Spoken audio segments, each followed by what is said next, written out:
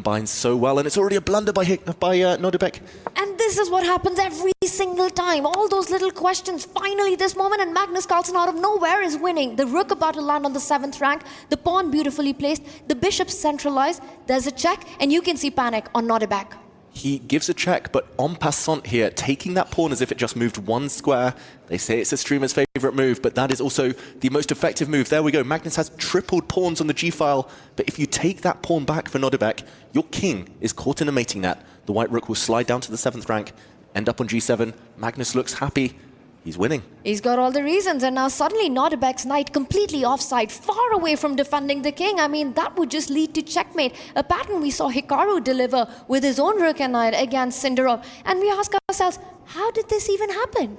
You see the furrowed brow there on the face of Abdusattorov. He's going, hang on a second, what on earth happened here? Like you said, Tony, it's a draw until it isn't. And Magnus looking pretty chilled out with proceedings, but wow, what a way to squeeze an unbelievable win out of this game. Well, let me rephrase that.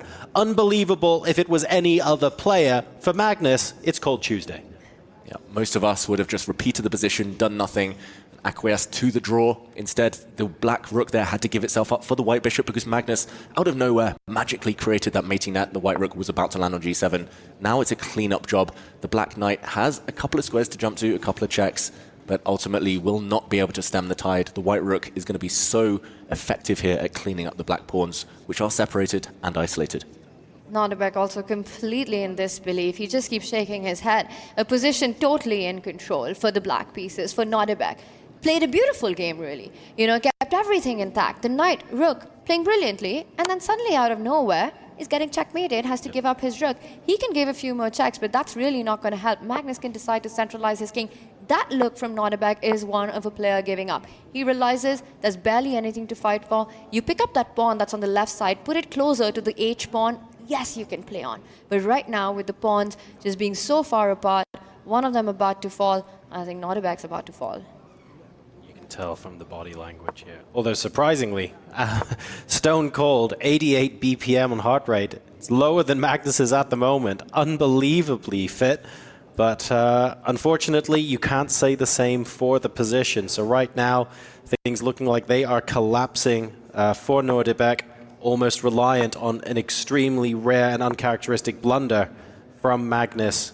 I think this is going to be 1-0 very, very shortly. Yeah, landing some knight forks there was Nordebek's goal. Be careful of the black knight jumping back with a check so he keeps his rook and king on opposite color complexes. That's how to avoid knight forks. If you keep one piece on a light square, one piece on a dark square, they can't get hit simultaneously, and the black knight now has to give way. The black c-pawn dropping, and Nordebek resigns. Wow, absolutely fantastic stuff from Magnus.